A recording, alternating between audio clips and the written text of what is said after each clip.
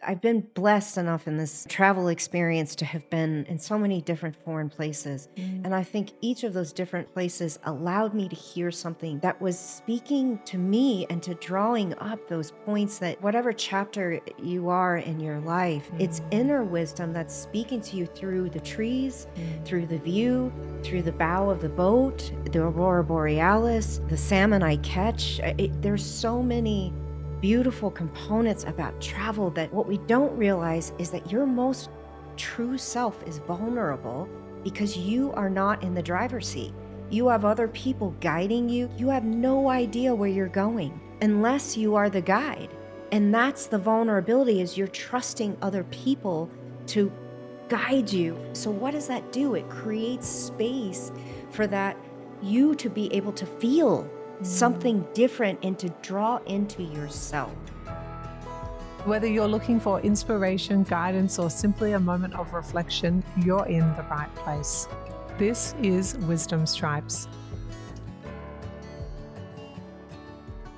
Before we dive into today's episode, I wanted to take a moment to share something important. The views expressed by my guests are their own, and they may not necessarily reflect mine or those of this platform. My intention with every episode is to create a space where we can explore diverse perspectives, life experiences, and belief systems together. I truly believe that wisdom lives everywhere, and often we find it in the places we least expect, especially in those whose experiences and beliefs are very different from our own. Not every episode will challenge you, but some might, and that's okay. Growth often comes when we allow ourselves to step into discomfort and see the world through someone else's eyes. I also want to share something I heard recently from Oprah Winfrey that really struck a chord with me. She said at a commencement speech, "People all want to know one thing. Was that okay? Did you hear me? Do you see me? Did what I say mean anything to you?" My hope is that you will try to go out and have more face-to-face conversations with people you may disagree with, that you'll have the courage to look others in the eye and hear their point of view, and help make sure that the speed and distance and anonymity of our world doesn't cause us to lose our ability to stand in somebody else's shoes and recognize all that we share as a people. There has to be some way that this darkness can be banished with light. I couldn't agree more with those sentiments spoken by Oprah. These dialogues aren't always easy, but they are so important. My hope is that this episode and all the episodes I share will inspire you to listen a little more closely, reflect a little more deeply, and keep showing up for the conversations that matter most. Thank you for being here with me. It means so much to me that you're part of this journey. Let's get started. Hello and welcome to Wisdom Stripes. My name is Meg Tuohey, and today's episode is all about stepping into your purpose, trusting your inner wisdom, and finding your true path, even when it feels uncertain.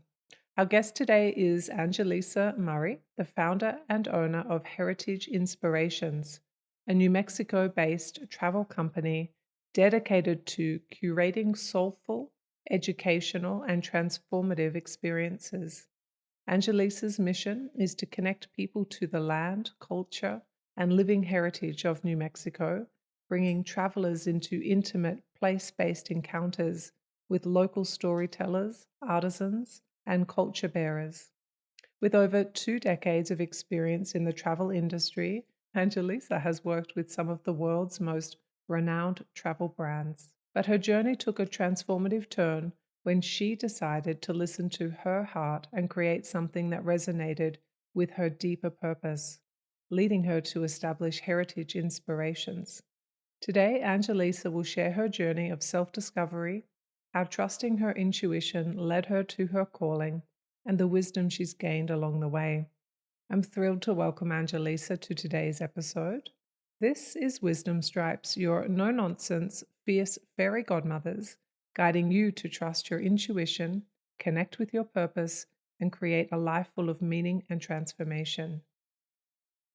Angelisa, we always start with the same question for our guests. What wisdom would you like a listener to come away with today?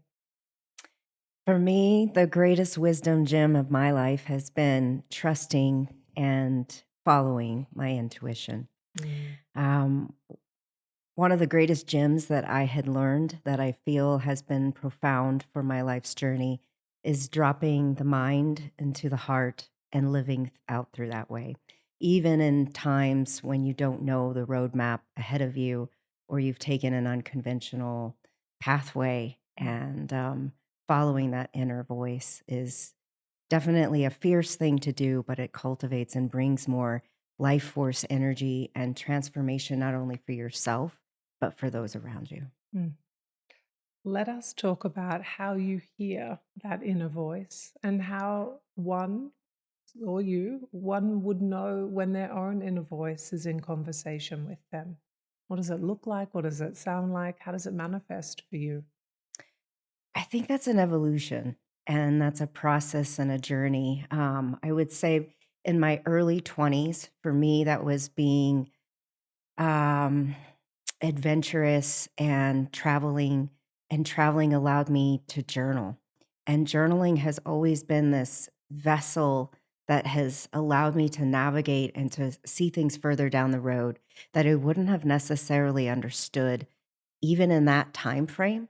So I've done a lot of times where I've gone back and read journals or particular chapters of places, and it's been this amazing wisdom back into myself, that has been sort of a powerful thing during the time.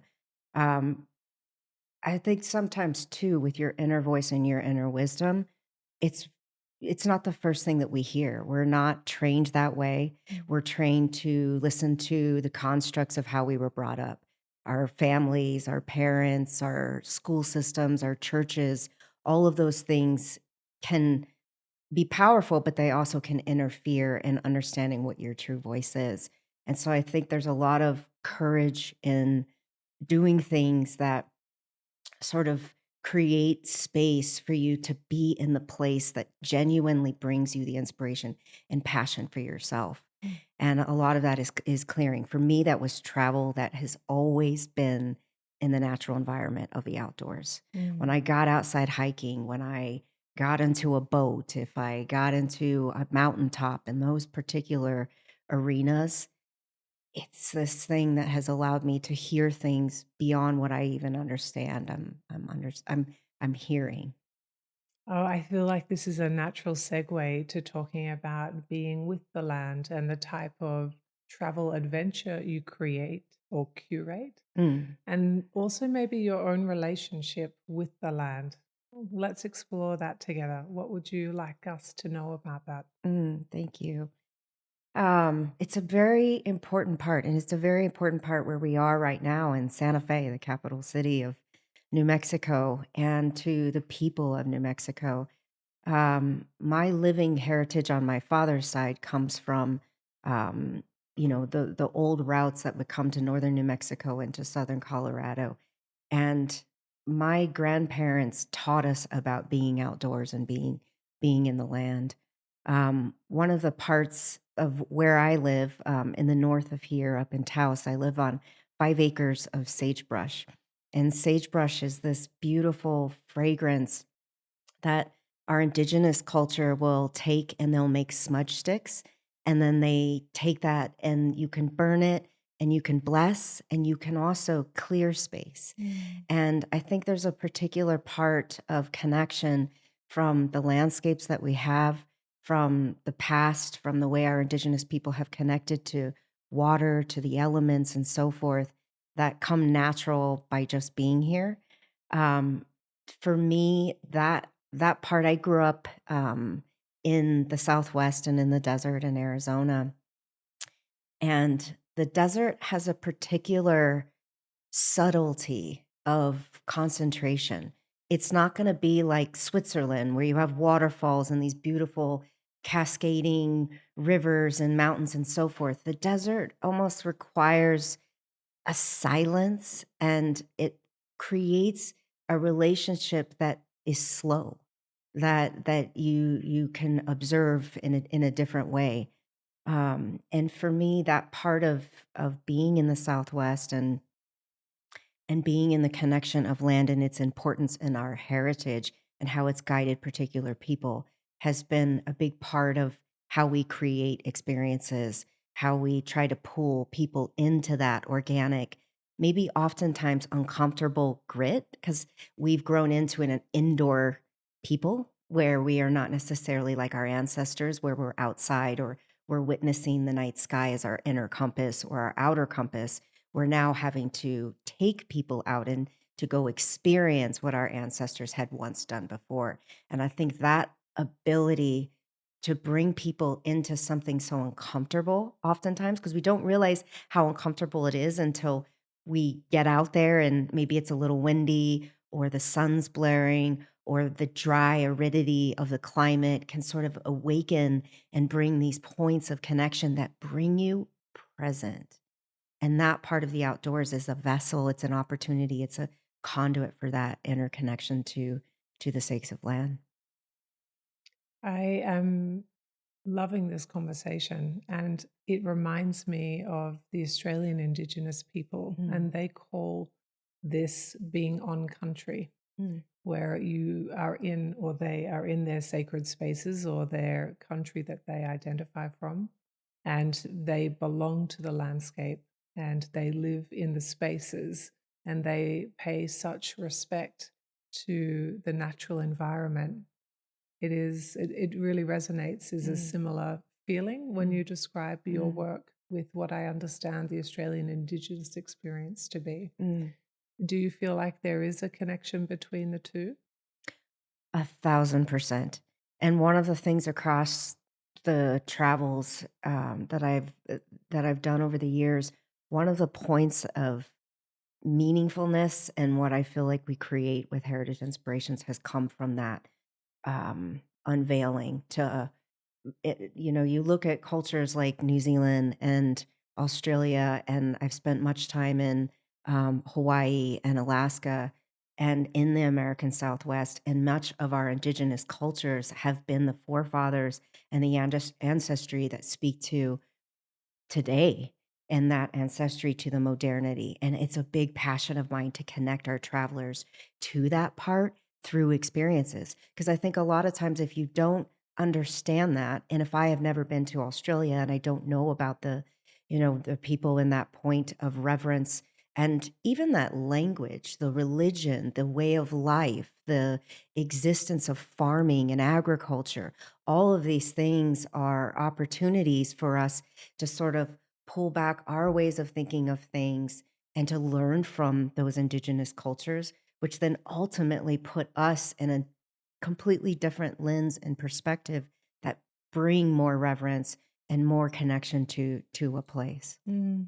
When you're describing that, it's sort of like the way I'm seeing it in my mind is that we live in a metaphorical house inside of ourselves. Mm, And there is an outdoor space in that house, but it's a little bit of our garden or the local park or perhaps a national forest or a trail near us. And it's a little bit bigger than that because we can imagine other national forests or national places to go. And it sort of ends there for many. mhm, And what it feels like you're describing is by the work that you do and the experiences that you offer and cultivate, it offers people a door mm. into a whole other perspective.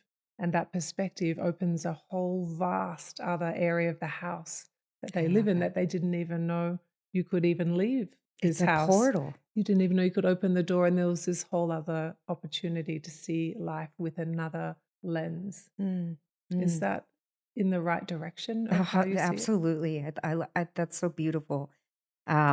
It's like a portal Mm. because one of the experiences I just returned from one of our overnight glamping experiences where we try to meld together luxury, but being fully, completely exposed outside in a place that is wild. It's one of the least visited national parks, but it's known for being an international dark sky park.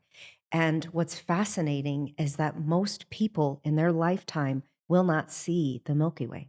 We Mhm. are like quickly losing our night sky experiences and to see the wonder in people and the inspiration and radicalness of when they see the night sky, it is life changing. And then the constant reminder from the petroglyphs from 1,000 years old of this time when people were navigating completely with the stars. And we don't even think that way. And I think that that's one of the wonderful things about getting out there and witnessing that in a body of people in sort of a led way that allows for the unveiling of the educational layers. Because also you get out there and people are seeing these constellations that, to me, it's been sort of my passion to get outside and to see those. And in New Mexico, we see a lot of that. But many people don't have that. They live in cities. They get out. Their skies are polluted. They have never witnessed that. And so that witnessing in and of itself is a religious, powerful impact that changes people's lives. It's like the first time I ever saw the aurora borealis, the northern lights. It's electric. Your entire body is responsive to this part that we are all connected to, but oftentimes we forget that connection and the guiding component of being a conduit for somebody to look through a telescope and look at the sunspots in the sun, or to think about the night sky and how it changes and our distance from the particular planets, or the planets that are rising, the new moon, meaning that the moon is giving us it's the darkest of the night so we can enjoy the night sky. All of these things allows for people to have these aha moments and points of connection with themselves, Mm. you know. Do you have a sense of what happens physiologically to a person who is exposed to such experiences? I can speak to it for myself. Mm. I remember the first time that I was ever put in a biome that was different than the Southwest. So, where I grew up in Phoenix is a very large metropolitan city. We're known for the saguaro cactuses, which are exquisite and amazing. They are. I are. But Dad used to take us up north to the edge of what's referred to here in the American Southwest in the Four Corners area called the Colorado Plateau. And the Colorado Plateau is a profound geological geomorphology of this particular landscape that blends into a lot of our popular national parks. So some of you may know that as the Grand Canyon, Bryce, Zion, Bears Ears, the Escalante, those particular things. But at the edge of the Colorado Plateau, something profound happens. The earth itself was laid in sedimentary layers and these ancient layers of bedrock, and each of the colors are indicative of an era. The earth, as it lifted up, exposed these rocks, and the different colors of minerals that are inside of the rock create like a cake layer, and like this prism of color, so to speak. But as you climb in the elevation of the plateau, it's typically around the 7,000 feet elevation. And I decided to go to college in northern Arizona in a place called Flagstaff, which is much like the biome here in Santa Fe, where the ponderosa pines grow. And we don't get any pines per se unless somebody planted them in their yard. And really, they should be xeriscaping with the lack of water. But I remember the first time I smelt a ponderosa pine.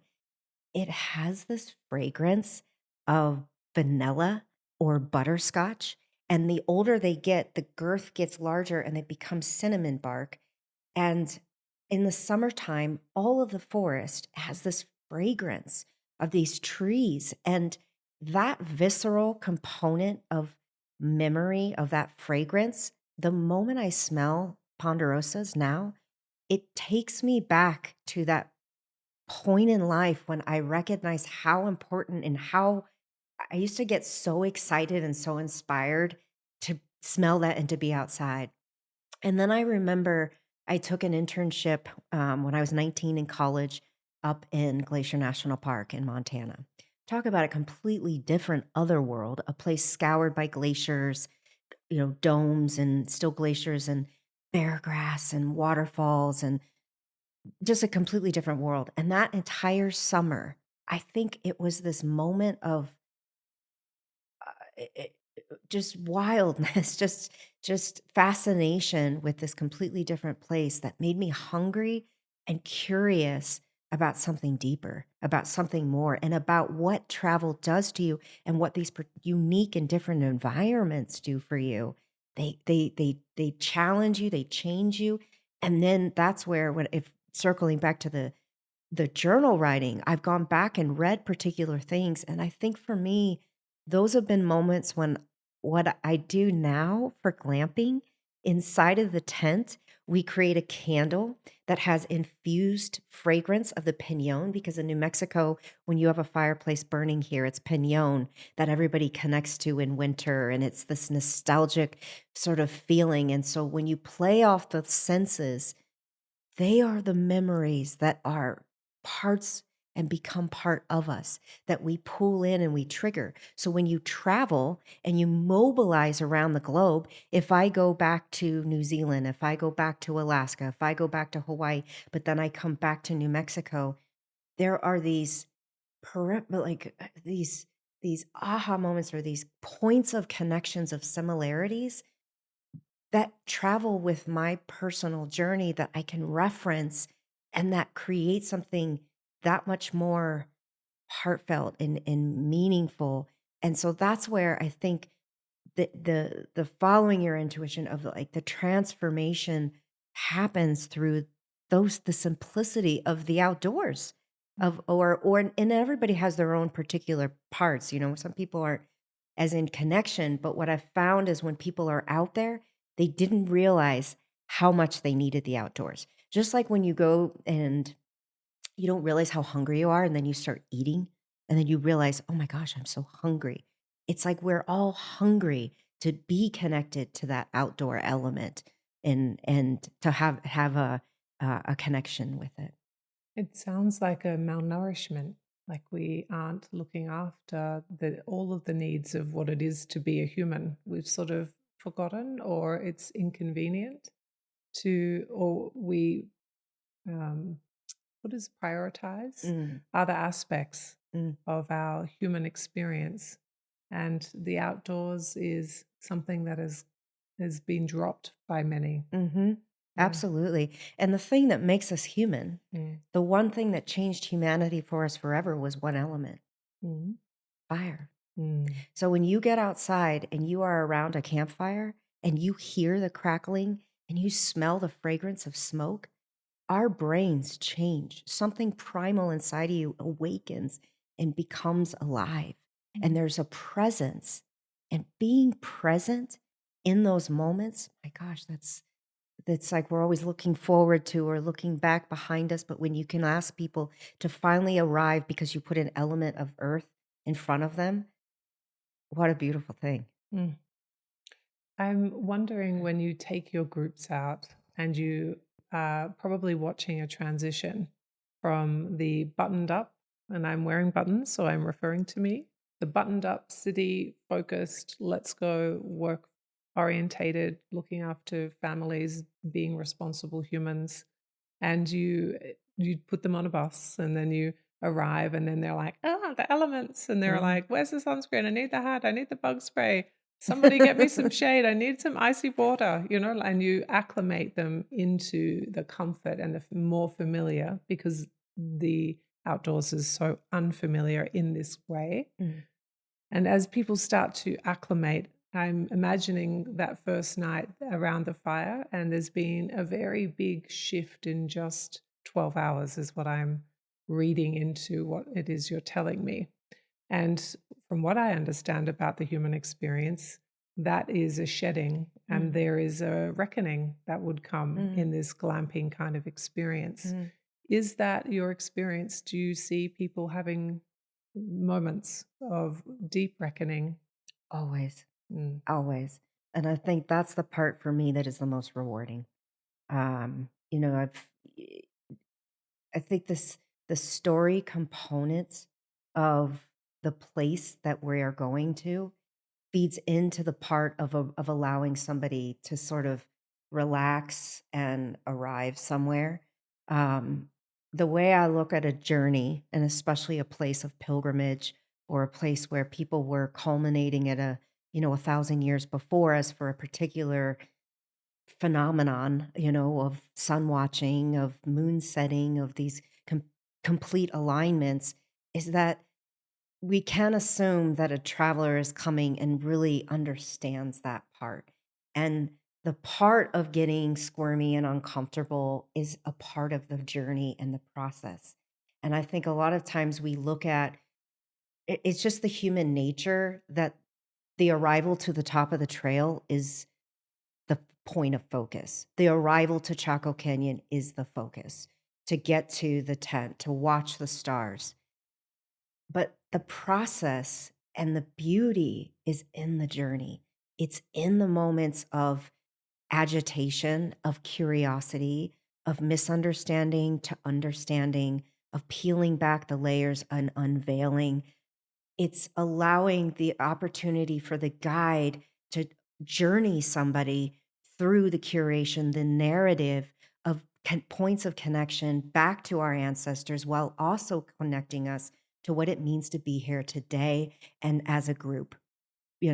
So to me that part is all intentional, but then I think of my mom a lot of times when I'm curating experiences because my mom is a city person.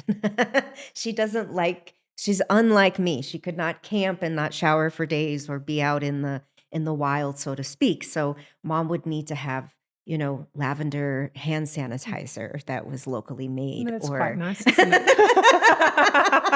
she would want to have, the beautiful meals that our chef Mm, mindfully creates in seasonality and in mm, attention of our indigenous setting that we're in. She would want to have the cold water that is not just slightly cold, but cold, the hot coffee in the morning to get you up the trail for our sunrise hike, the blankets, the soft mm, linens, the dream catchers to put you to sleep, the coziness of the tents and of the intentionality of the elemental design that we have when you walk into that.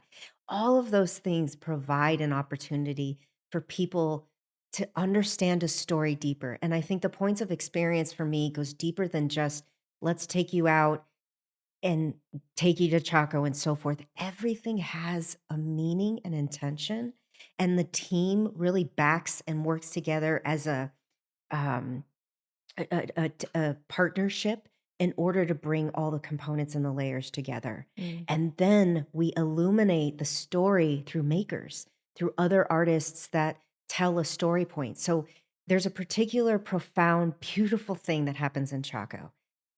We found out through these particular vessels that were created that were relatively large, like this. They had their own unique design. They were found in a particular room in one of the most excavated great houses called Pueblo Bonito that we visit. Has over 650 rooms in there. And in one tiny little room, an archaeologist years ago excavated 111 of these. When they found these, they went to study. There was a particular woman who noticed there was something inside of the vessels, and she thought it could potentially be cacao. When they sent it back to the lab, lo and behold, they were drinking cacao many, many years ago, and these particular vessels were created for it. We've now consulted with their closest ancestors in Acoma, and we went to Acoma Pueblo potters and asked them, could you replicate these in smaller vessels so that when our guests arrive, they actually have the same sensation that perhaps the Chacoans had had, and we pour cacao for our guests in these particular vessels and share the story because they've just been in the great houses exploring that with our guides, learning. Now they've arrived at camp. They're given that lavender towel to wipe the grit and all those things off of them. And now they can come into a tent where all together we set an intention for them being here and recognizing that they're also partaking in something that was ancient that is now being carried on. The thing that's beautiful about watching something like an equinox or the sun rising or the moon setting or even the stars is that many generations and many people have been doing that. And so us gathered together, we're continuing that on by having that cacao and continuing that story. You now bring homage to the Acoma Pueblo people. The Acoma Pueblo people, when they build those cacao vessels, they take the old pottery, which can oftentimes be from their ancestors, and they grind that down and make it in their new pottery to make these vessels for us. I was blown away by that because I thought to myself, don't ruin the old vessels. I mean, they're so incredible. Yeah. Oh my goodness. But that's part of the offering. And you recognize we get so connected to those things when really now it's not woven, but it's now created because they do coil pottery. They don't even throw it on a wheel. They create coils. And then they hand pinch and so forth. And then they fire it off and then they hand paint all of these to mimic those exact same patterns that they came from. And so that part of an experience, even if you didn't understand that and I didn't tell you, you are still receiving this offering. And then we work with a local cacao girl named Maya Rose who creates from her Peruvian ancestors. They go harvest the cacaos that have this whole other story of the ancestral cacao ceremony. They bless it and she creates it with local honey, a little bit of cinnamon, a little bit of chili because we're in New Mexico. And so when the guests are drinking this, to consider the prayers that have come for that intentionality of the cacao, the intentionality and the the blessing that comes from the vessel itself. And even when you think about the power of indigenous cultures in breaking bread and how important that is even to our own family. I know in my family that was tortillas. My grandmother's who's long our matriarch has passed, but she brought down to all of us that ceremonial component of sharing that with one another. That changes lives. That transforms. That allows people in their own way to have a connection and also to learn from something viscerally in the live and to have that, sort of ceremony and ritual without the appropriating components that come with that, with it being something authentic and genuine by celebrating the New Mexico story with the people that are infused into that becomes so vivacious, so memorable. I wonder what your philosophy is when you watch that metaphorical crack happen in people as Mm, their hearts crack open and they drop from their beautiful brains into that heart based space, which of course is a connection between brain and body, but mm, they're dropping down. And with it, often drops a whole lot of other worries or pain or thoughts that they've had, and a new beginning is emerging. mm, mm, There must be a witnessing at least mm, that you do, and maybe your team does, mm. but perhaps there's other ways that you hold that space for people as they step into a new version of themselves. Hey there, Meg Tuohey here with a quick and exciting announcement. As a psychologist, coach, and founder of the Wisdom Lab, I've had the privilege of helping thousands of individuals break free from the vicious cycles holding them back and tap into their infinite inner wisdom. If you're tired of feeling unheard, unseen, and stuck in the same old struggles, the Wisdom Lab is the breakthrough you've been yearning for. This on-demand program guides you through a powerful process to shatter emotional barriers, overcome deep-rooted blocks, and experience the profound transformation you deserve. In just 4 hours, you'll gain the tools and insights to revolutionize your life from the inside out. Want to learn more? Click or tap the link in the show notes for all the details. Okay, now back to the episode. Mm. That's fantastic because that is the intention of our experiences.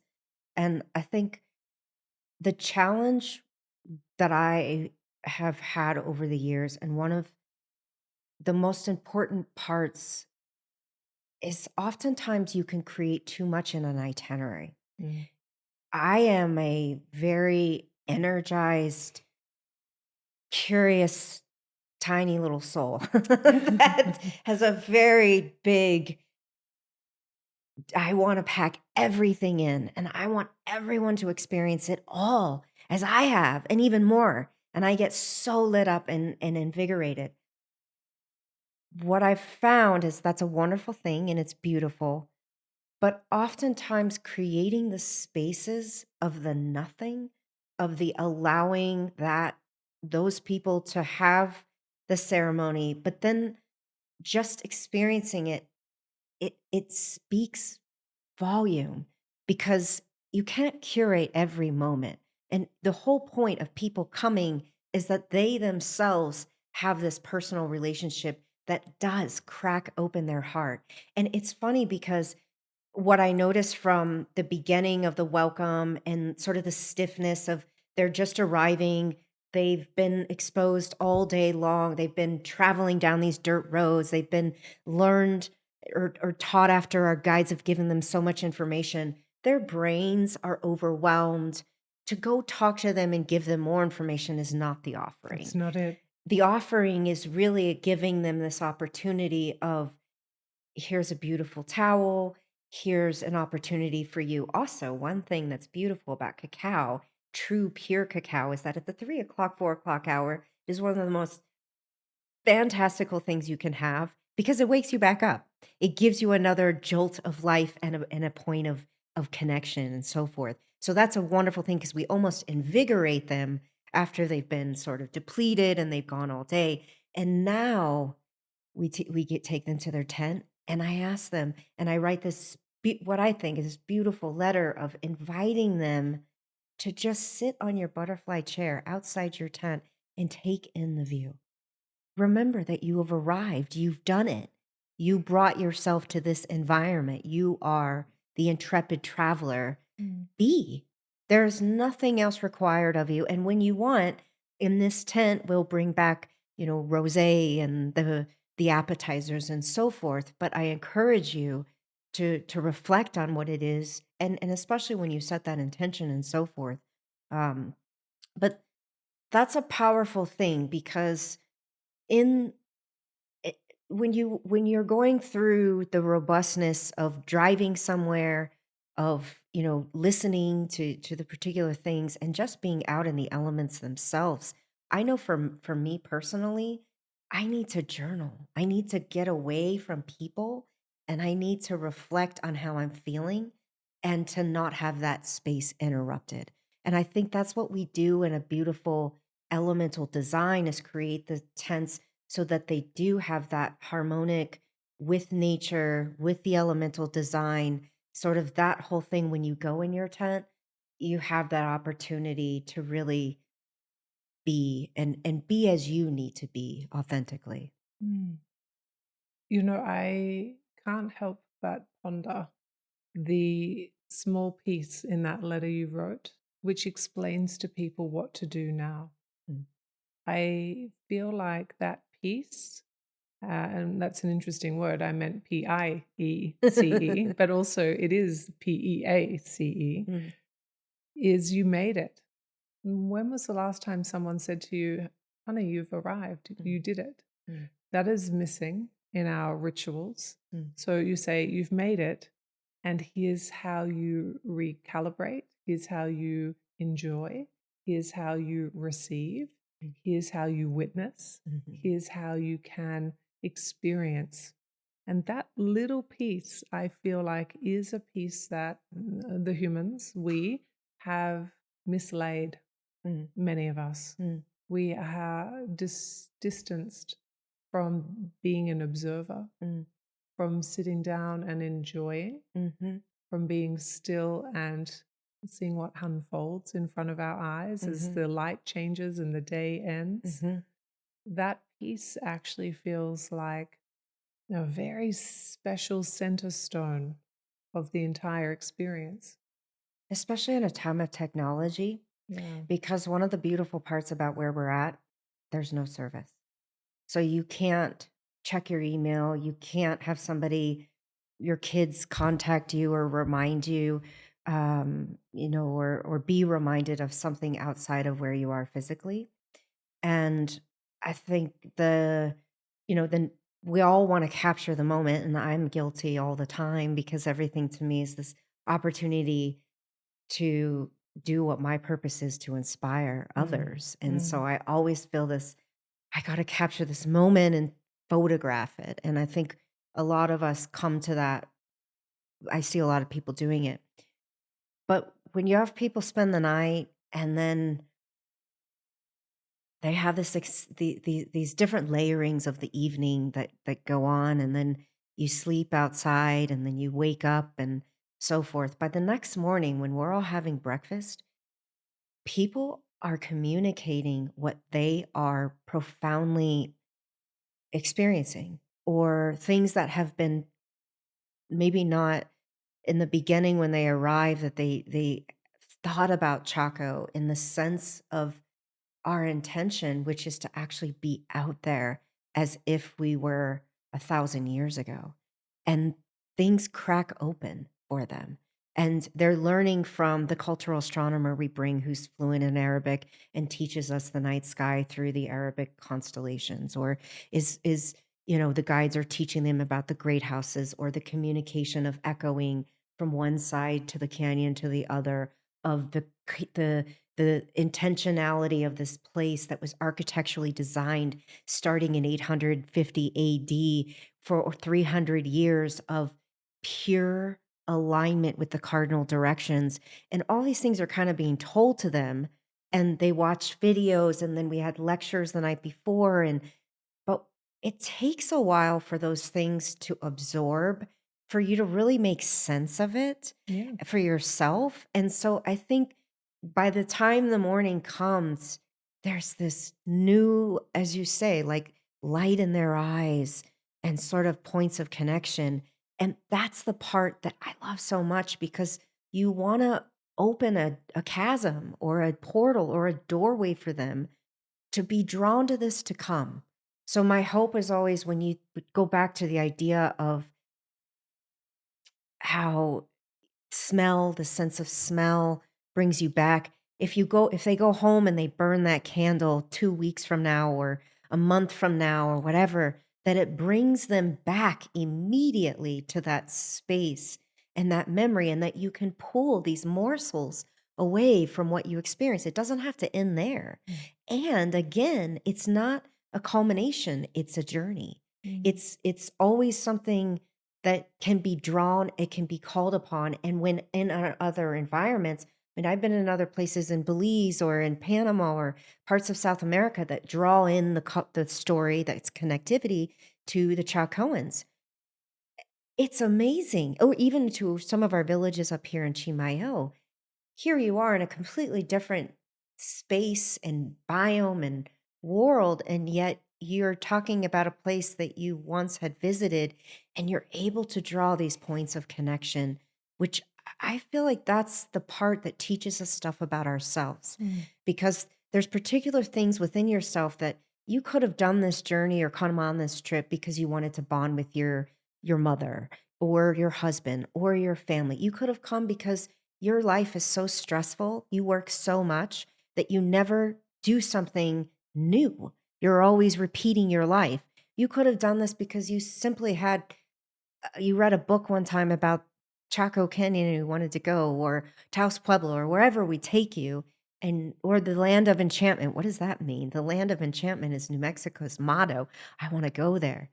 But there are particular reasons that people come there or don't come there. And those parts of you become personal, which you leave in that sense of place. And that's what our ancestors taught us about points of connection with the earth, Mm. is that we have this symbiotic relationship that we can continuously learn in the analogies, in the metaphors, or in the literals of allowing these parts of the lands to bless us. I mean, you speak from my culture, and we had curanderas. Curanderas take from the earth and they create potions and potents. I mean, when I was a little girl and I got sick, you know what my grandmother gave me? Chili powder. Chili powder mixed with either maple syrup or honey, whatever grandma had, a little bit of lemon and hot water. And if you had phlegm, if you were sad, if you were in a bad mood, if you were grouchy, if you had any sort of problem, that's what we were given. And you think about those parts of the earth and how chili's grown and it was brought here, and that whole story of heirloom chilies that come from particular regions, and then you ingest it and you take it and you share it. These are powerful things that subtly we may not even be, most travelers may not even recognize some of these things. It's long after, or maybe you go somewhere else, that you think, I experienced this once differently. And you start to draw those points. And I feel Mm. like that's where travel becomes the opportunity for the authentic self to really see things through a different lens because you were given in a new, maybe uncomfortable environment, maybe beautiful landscape, whatever it is, but it challenges you to think through things and to experience things differently than you've known before. Mm. I like to think of travel as a place where you collect energy. And I know you collect experiences and maybe objects too. I also collect objects. But primarily, I feel like on some level, when I look back at the places that I've been fortunate enough to have visited in my life, there are many times where I've felt a different, for want of a better word, frequency. And it has felt like I have collected something new that I didn't previously know. So I vividly remember when I was in Paris and how that changed almost my physiology, it felt like. And then I had another experience when I was here in New Mexico. And I've had other ones in Sedona and in Joshua Tree and in general California. And in all of those places, they feel different. They are different. And then if you went down to the Bahamas, or if you were in Australia or in New Zealand or in Japan, all of those places feel different. And until you've collected that essence, we don't know that there's a room that even has that essence. So when we started, you asked me about how do you get to your intuition? How do you hear your intuition? For me, what you're speaking to has been the way I feel that I've heard my intuition, because every place that I've been has had that energetic relationship. I remember I lived in a town in New Zealand, Wanaka, and the water is prescribed for for just whole health good doctors. New Mexico is 1% water. The abundance of water and the difference of that component in thinking of water as a point of something that's good for me. It's not to say it was foreign, but it was fascinating to me. And I remember feeling that and feeling how important water was to you in each of the different places. I mean, there are so many. I've been blessed enough in this, travel experience to have been in so many different foreign places. And I think each of those different places allowed me to hear something that was speaking to you, to me, and to drawing up those points that we're at whatever chapter you are in your life, it's wisdom. It's inner wisdom that's speaking to you through the trees, through the view, through the bow of the boat, through the spinner dolphins that are, coming up. It's speaking to the aurora borealis, to the salmon I catch. There's so many beautiful components about travel that what we don't realize is that your most true self is vulnerable because you are not in the driver's seat. You have other people guiding you. You have other people telling you what to pack. What's it going to be like? You have no idea where you're going. You don't know sense of time. You don't know sense of mileage unless you are the guide. And that's the vulnerability, is you're trusting other people to guide you. And meanwhile, that is allowing something to stop being stressed because you aren't in the driver's seat. You aren't like my crew where we spent 12 hours with 9 people setting up this circus of unbelievable experience. You just arrive. So what does that do? It creates space for that you to be able to feel something different and to draw into yourself and to hear things that you haven't heard before, because the sense of journey is taking you on this visceral, ability to smell things, to experience things. I think a lot of it, we do electric bicycle tours. And one of the reasons we did that, one, was we went through COVID and you had to socially distance to get people outside and so forth. But my big thing is educational travel, to learn something throughout and that points you back and connects you to a place. But the thing about being at 7,000 feet in elevation is that you're short of breath. Mm. By being on an electrical bike, there's a pedal assist component. Once you push the bike with the pedal, it starts to engage with you. So you can feel like you're flying and you have this fun thing that you think all of a sudden you're a rock star. And you are.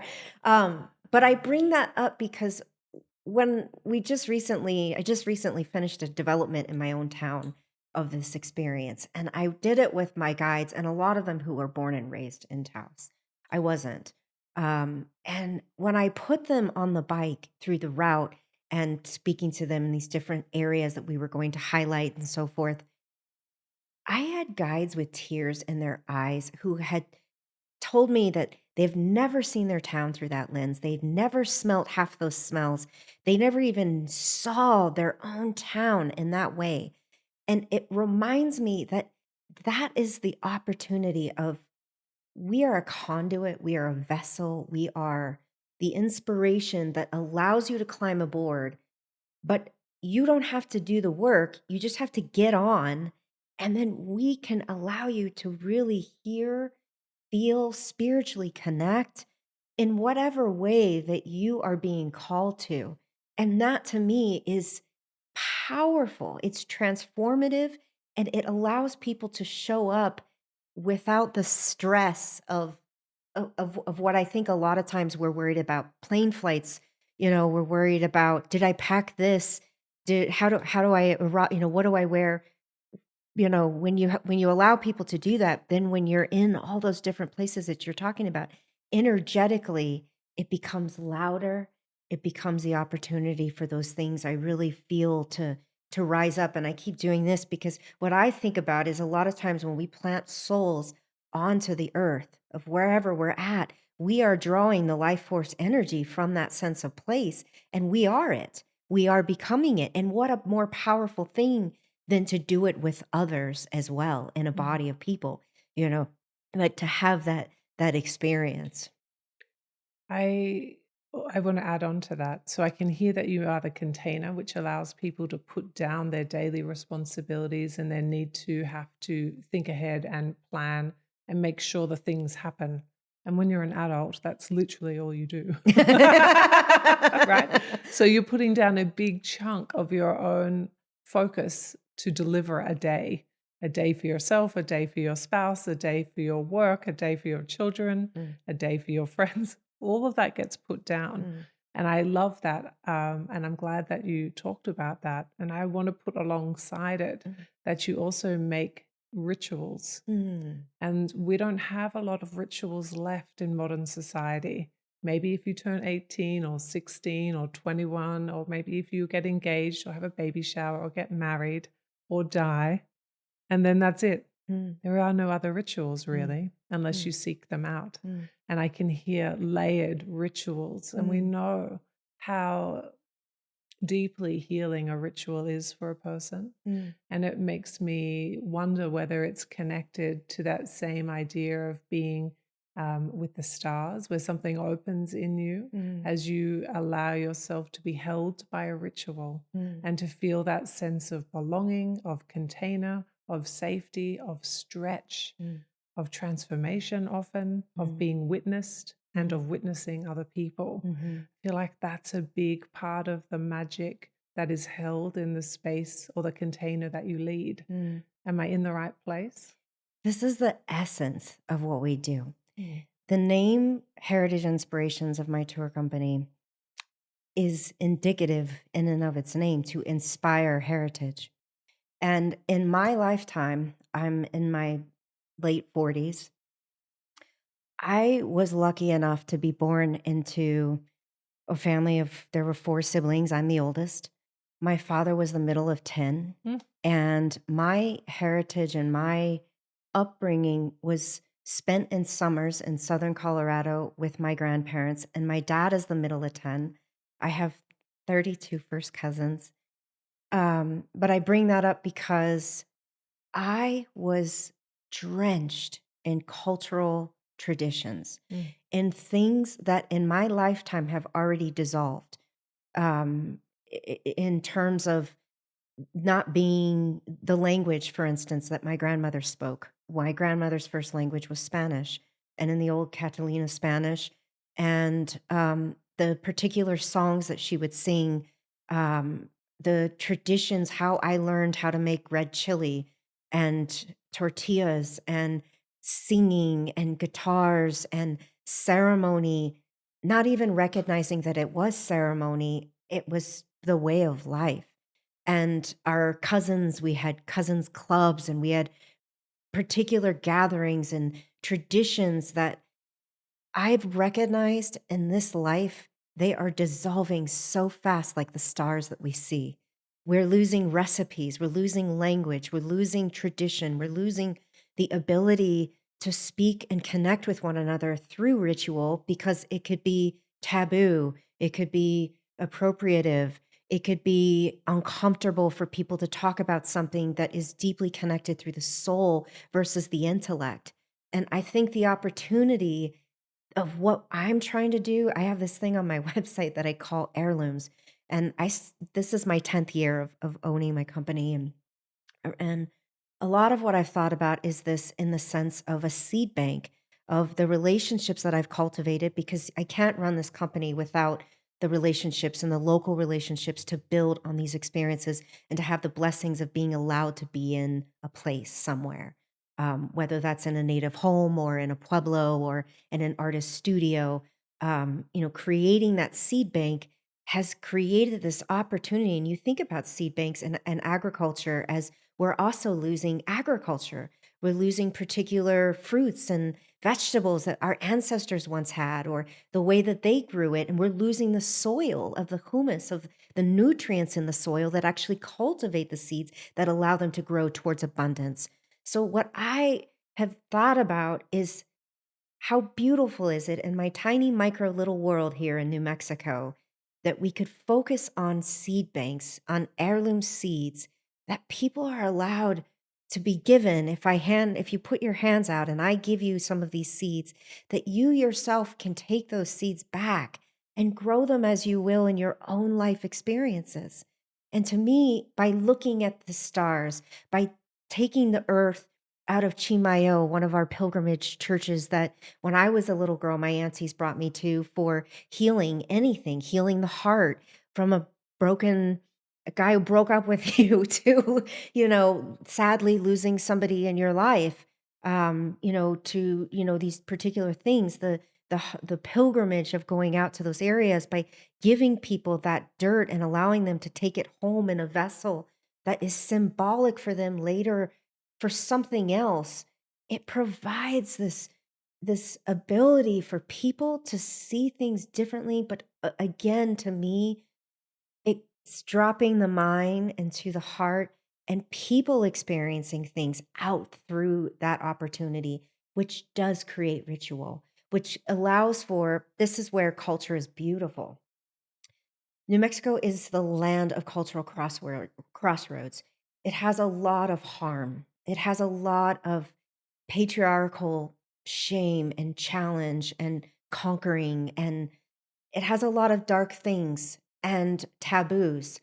But the opportunity there is it also has a lot of things that became new and crossed over and created new cultures. That's what we're doing every day in our lives right now in this radicalness. So we can look at it as the glass half full or the glass half empty. But through creating new rituals, as you say, it's allowing people to maybe have connected with a cacao ceremony in an old vessel, creating a smudge bundle from the grandmother trees, from the pinon juniper and the sagebrush themselves, and making sense of meaning to themselves so that they can carry it on as they need be. Because who's to say what the genuine origin of ritual is, but what rather the experience is when we live it in the present and how it transforms us. And I think that's the part of this particular region is so potent that way.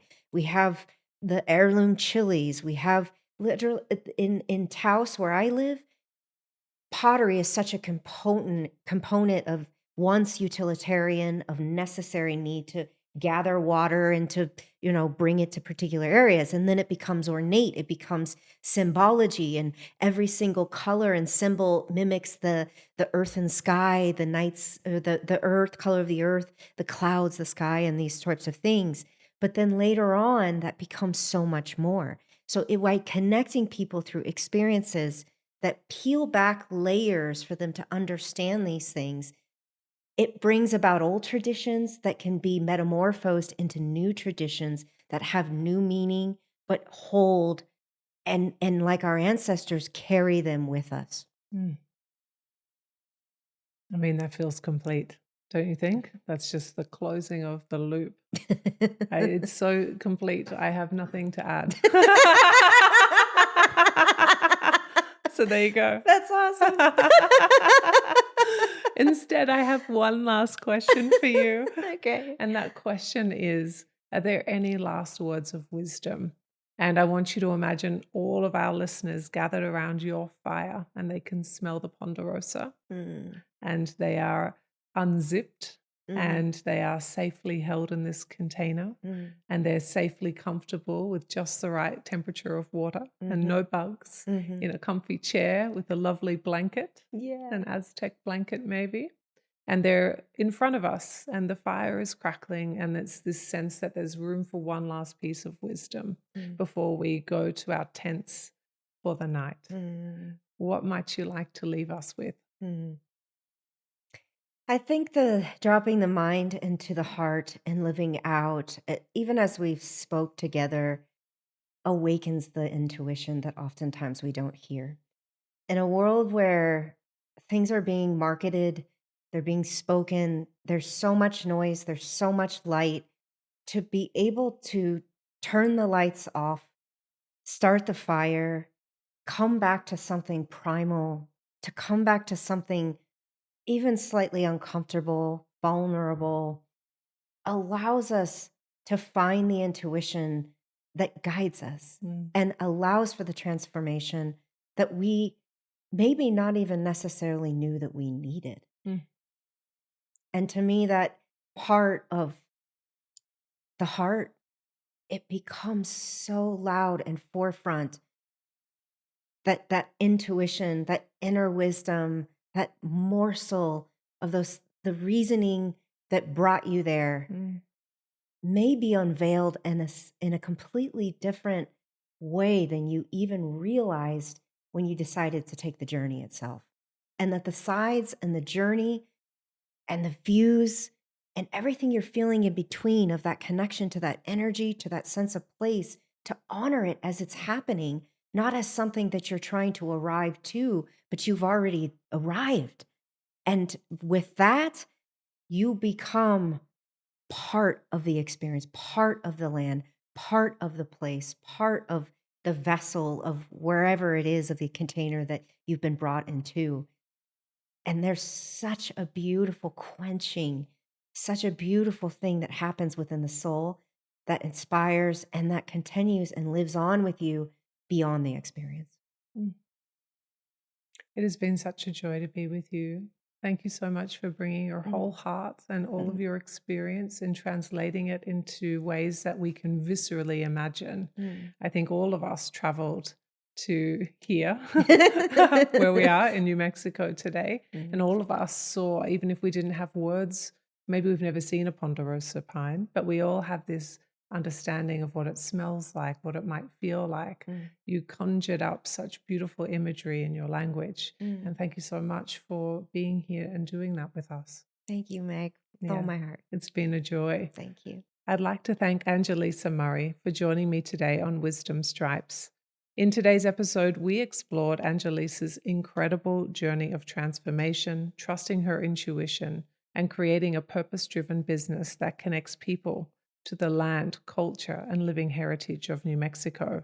If you enjoyed this episode, make sure you're subscribed so you never miss an update.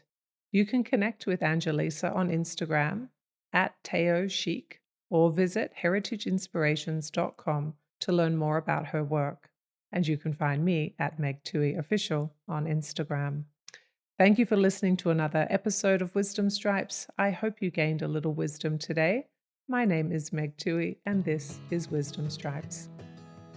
Thank you for listening to this episode of Wisdom Stripes. Follow me on @MegTuoheyOfficial and leave a comment and review. I'm looking forward to meeting you here next time on Wisdom Stripes.